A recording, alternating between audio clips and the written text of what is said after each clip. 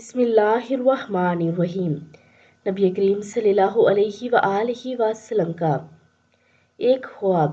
ابن عمر رضی اللہ تعالیٰ عنہ سے مروی ہے کہ نبی کریم صلی اللہ علیہ وآلہ وسلم نے فرمایا، میں نے خواب دیکھا گویا کہ مجھے چابیاں اور ترازویں دی گئی ہیں، پھر مجھے ایک پلڑے میں رکھا گیا، میری امت کو دوسرے پلڑے میں، تو میرا پلڑا باری ہو گیا، پھر ابو بکر کو لایا گیا اور امت سے اس کا موازنہ کیا گیا، تو ابو بکر رضی اللہ تعالیٰ عنہ کا پلڑا باری ہو گیا، پھر عمر رضی اللہ تعالیٰ عنہ کو لایا گیا اور امت کے ساتھ اس کا موازنہ کیا گیا تو وہ بھی باری ٹھہرے، پھر عثمان رضی اللہ تعالیٰ عنہ کو لایا گیا اور ان کا وزن بھی کیا گیا تو ان کا پلڑا بھی باری ہو گیا، پھر ترازویں اٹھا لی گئی۔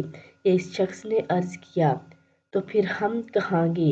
فرمایا، تم وہاں ہو جہاں تم نے اپنے رب کو رکھا ہے۔